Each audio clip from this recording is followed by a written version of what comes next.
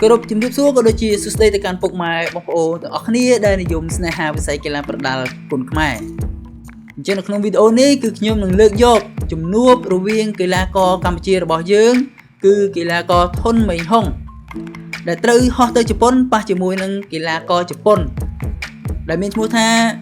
តូម៉ូយ៉ាយូកូយ៉ាម៉ាហើយការប្រកួតនេះដែរគឺធ្វើឡើងនៅសង្វៀន K1 ហើយយើងដឹងហើយថាសង្វៀន K1 គឺជាសង្វៀនលំដាប់ពិភពលោកណាលំដាប់ពិភពលោក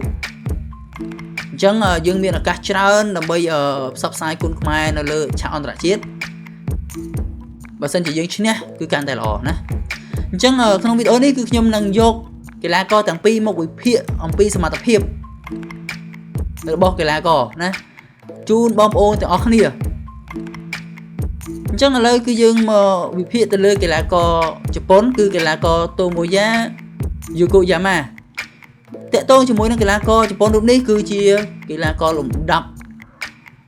A នៅជប៉ុនហើយអ្វីដែលពិសេស ranking kickboxing គឺចំណាត់ថ្នាក់លេខ2នៅជប៉ុនណាគេក្រុងខ្សែក្រវ៉ាត់និង champion ជាច្រើនមែនទែននៅជប៉ុនណានៅជប៉ុនអញ្ចឹងតកតងជាមួយនឹងក្បាច់ដ៏រហ័សរហួនកម្លាំងដៃដ៏ធ្ងន់របស់កីឡាករជប៉ុនរូបនេះគឺលេខសើចអត់បានទេគឺគេធ្លាប់ផ្ដួលកីឡាករជាច្រើនលំដាប់ជាច្រើន grade A ជាច្រើនក្រោមកណ្ដាប់ដៃដ៏លឿនហើយធ្ងន់របស់គេណាការទាត់ក៏ធ្ងន់ប៉ុន្តែយើងដឹងហើយថាប្រភេទកីឡាជប៉ុនគឺអត់សូវទាត់ប្រហែលទេកម្រឃើញកីឡាករដែលទាត់ច្រើនយើងឃើញដូចជាមានTenzinក៏អត់ណា Tenzin ទាត់ច្រើនដែរប៉ុន្តែក៏នៅតែប្រើកណ្ដាប់ដៃច្រើនដែរអញ្ចឹងតកតងជាមួយនឹងកីឡាករតូម៉ូយ៉ានេះគឺជាលំដាប់ហើយយើងប៉ះលំដាប់ grade A គេអញ្ចឹងប្រយ័ត្នប្រយែងកន្លែងហ្នឹងដៃក៏ធ្ងន់ការបំលាស់ទី déplacé គឺលឿនខ្លាំងមែនទែនហើយដៃគូគេល្មមគឺទប់អត់ជាប់ទេវាយភាគច្រើនគឺ KO តែម្ដងអត់មានឲ្យជាប់ទឹកទេណាអញ្ចឹងកាចណាស់កីឡាករជប៉ុនរូបនេះ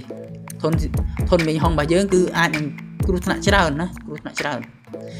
តោះអញ្ចឹងសមត្ថភាពរបស់កីឡាករជប៉ុនរូបនេះគឺយើងវិភាគត្រឹមប៉ុណ្ណឹងអញ្ចឹងឥឡូវយើងមកវិភាគទៅលើកីឡាករធុនមេងហុងរបស់កម្ពុជាយើងម្ដងណាតកតងជាមួយនឹងធុនមេងហុងគឺជាកីឡាករមួយដែលទើបតែឡើងហើយកណ្ដាប់ដៃអីគឺធ្ងន់គ្រាន់តែធុនមេងហុងគឺនៅយឺតណានៅយឺតអញ្ចឹងហើយក៏អត់សូវធន់ទេអញ្ចឹងប៉ះជាមួយនឹងកីឡាករជប៉ុនរូបនេះខ្ញុំអត់មានសូវមានសង្ឃឹមប្រហែលទេសម្រាប់សមត្ថភាពរបស់កីឡាករទាំងពីរគឺវានៅកម្រិតមួយគឺនៅឆ្ងាយគ្នាបើជប៉ុនរូបនេះគឺគេ grade A លំដាប់ A យើងដឹងហើយថា kickboxing គេគឺ ranking លេខ2ហើយធុនមេងហុងគឺអត់មាន ranking kickboxing ទេណាបបពិសោធន៍ kickboxing គេហៅថានៅខ្ចីនៅកូនង៉ែតនៅកុមារភាពយើងអត់អាចបន្ទោសបានដែរដោយសារតែនៅក្នុងប្រទេសយើងគឺយើងប្រកួតគុនខ្មែរយើងអត់ប្រកួត kickboxing ទេអញ្ចឹងនៅពេលដែលយើងទៅជួបគេនៅឆាកលំដាប់ពិភពលោកហើយក៏ជាសង្វៀននៅប្រទេសគេដែរគឺ K1 នេះគឺគេភាគច្រើនមិនមែនភាគច្រើននេះគឺគេប្រកួត kickboxing ទាំងអស់ណា kickboxing អញ្ចឹងបើសិនជាធុនមេងហុងអាចផ្ដួលកីឡាករនេះបានខ្ញុំគិតថាធុនមេងហុងនេះគឺដឹងតែផ្អើលដឹងតែផ្ទុះខ្លាំងមែនទែនហើយនៅលើមិនថានៅលើសង្វៀន K1 មិនថានៅប្រទេសជប៉ុនមិនថានៅកម្ពុជាទេគឺដឹងតែផ្អើលពិភពលោកតែម្ដងណាផ្អើលពិភពលោកអញ្ចឹងដូចនិយាយអញ្ចឹងបើតាក់ទងជាមួយនឹងសមត្ថភាពកីឡាករទាំងពីរគឺនៅ grade ជប៉ុននេះគឺនៅ grade A ហើយធុនមេងហុងកម្ពុជារបស់យើងគឺgrade C ទេណាយើងនិយាយថា grade C នៅសង្វៀន kickboxing ប្រកួត kickboxing គឺ C ឬក៏ D ដោយសារតែធុនមេងហុងដូចជាអត់សូវប្រកួត kickboxing ទេដូចជាអត់ប្រកួតទេដូចជាអត់ដែរប្រកួតហ្មងទំលើកទី1របស់គាត់ណា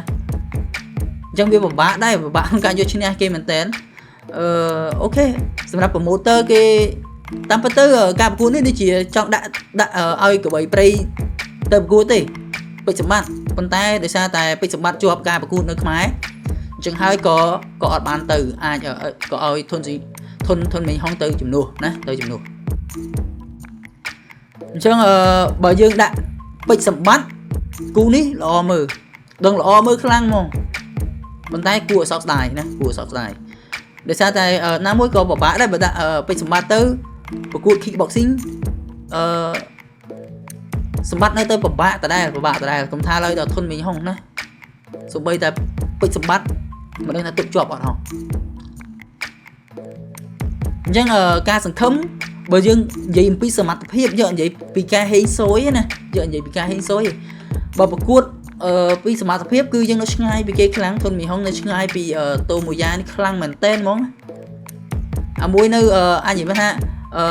អាមួយនៅចុងថ្នោតអាមួយទៀតនៅគល់ថ្នោតនិយាយយើងមកទៅយើងអត់មើងងាយទៅលើកម្ពុជាបើយើងអត់មើងងាយប៉ុន្តែយើងនិយាយអំពីសមត្ថភាពជាក់ស្ដែងគឺយើងអត់លំអៀងទៅលើកីឡាករណាទាំងអស់ណាមិនថាកម្ពុជាមិនថាជប៉ុនទេព្រោះអីការវិភាគគឺយើងទាមទារឲ្យនិយាយដោយត្រង់យើងអត់និយាយដោយលើកជើងទៅលើកីឡាករណាមួយទេណាអត់និយាយលើកជើងទេឃើញបែបណានិយាយបែបហ្នឹងវិភាគគឺយើងត្រូវតែវិភាគឲ្យស្មើភាពគ្នាគឺយើងអត់វិភាគកាន់ជើងទេនៅពេលដែលយើងកាន់ជើងបានន័យថាយើងមិនមែនជាអ្នកវិភាគទេគឺជាអ្នកកាន់ជើងកីឡាករអញ្ចឹងមិនមែនយើងធ្វើវីដេអូគឺដើម្បីវិភាគទៅលើកីឡាករមិនមែនកាន់ជើងទៅលើកីឡាករទេណាអញ្ចឹងតើតងជាមួយនឹងការប្រកួតនេះភាគរយក្នុងការឈ្នះជប៉ុននេះគឺតិចមែនទែនតិចខ្លាំងខ្ញុំគិតថាមិនអាចចប់ទឹកទៀតអាចនឹងជប៉ុននេះវាយធនមីងហុងស្លាប់ណាវាយធនមីងហុងស្លាប់អាចនឹងយ៉ាងចិនទឹក1ទៀតមិនមែនទឹក2ទេទឹក1វាពិបាកដែរដោយសារតែយើងវាមានបទពិសោធន៍តិចមែនទែនក្នុងការប្រកួត kickboxing នេះដោយសារតែយើងនៅក្នុងស្រុកយើងគឺយើងប្រកួតគុនខ្មែរទាំងអស់អត់មាន kick ទេអញ្ចឹងវាពិបាកអញ្ចឹងណាចឹងនៅពេលដែលគេហៅទៅខាងក្រៅគឺភាគច្រើនគេប្រកួត kickboxing ណា kickboxing គឺភាគច្រើនជាពិសេសគឺជប៉ុនហ្នឹងមកជប៉ុនហើយចិនណាជប៉ុនហើយចិនយើងឃើញការប្រកួតគុនខ្មែរភាគច្រើនយើងទៅធ្វើរៀបចំកម្មវិធីគឺខាងGainsbourg គឺគាត់តែងតែរៀបចំនៅប្រទេសអូស្ត្រាលីដែលរៀបចំដោយសាវៀន Gainsbourg ណាសហការគ្នាប៉ុន្តែនៅជប៉ុននេះគឺអត់មានទេ no គឺ K1 kickboxing ណាគឺលំដាប់ហើយអូខេអញ្ចឹងចំពោះសមត្ថភាពរបស់កីឡាករទាំងពីរខ្ញុំគិតថាខ្ញុំឲ្យភាគរយទៅកាន់ជប៉ុននេះគឺ 90% ហើយធនមីងហុងគឺ 10% ណាប៉ុណ្ណឹងអត់លំអៀងទៅខាងណាទេប៉ុន្តែយើងមើលអំពីសមត្ថភាពហើយវិភាគណាអញ្ចឹងសម្រាប់វីដេអូនេះគឺមានត្រឹមតែប៉ុណ្្នឹងទេសម្រាប់បងប្អូនមានមតិយោបល់ដែលល្អឬក៏ការបញ្ចេញមតិផ្សេងពីខ្ញុំកុំភ្លេចជួយ comment នៅក្រោមវីដេអូដើម្បីយើងដឹងអំពីសមត្ថភាពទាំងអស់គ្នាហើយយើងជួយវិភាគគ្នាទាំងអស់គ្នាណាអញ្ចឹងជាចុងក្រោយខ្ញុំសូមអរគុណទៅកាន់ពុកម៉ែបងប្អូនទាំងអស់គ្នាកុំភ្លេចជួយចុច Subscribe Channel YouTube ខ្ញុំម្នាក់មួយផងដើម្បីបានព័ត៌មានទាក់ទងជាមួយនឹងការប្រកួតផ្សេងៗនៅពេលក្រោយទៀតអរគុណសូមជម្រាបលា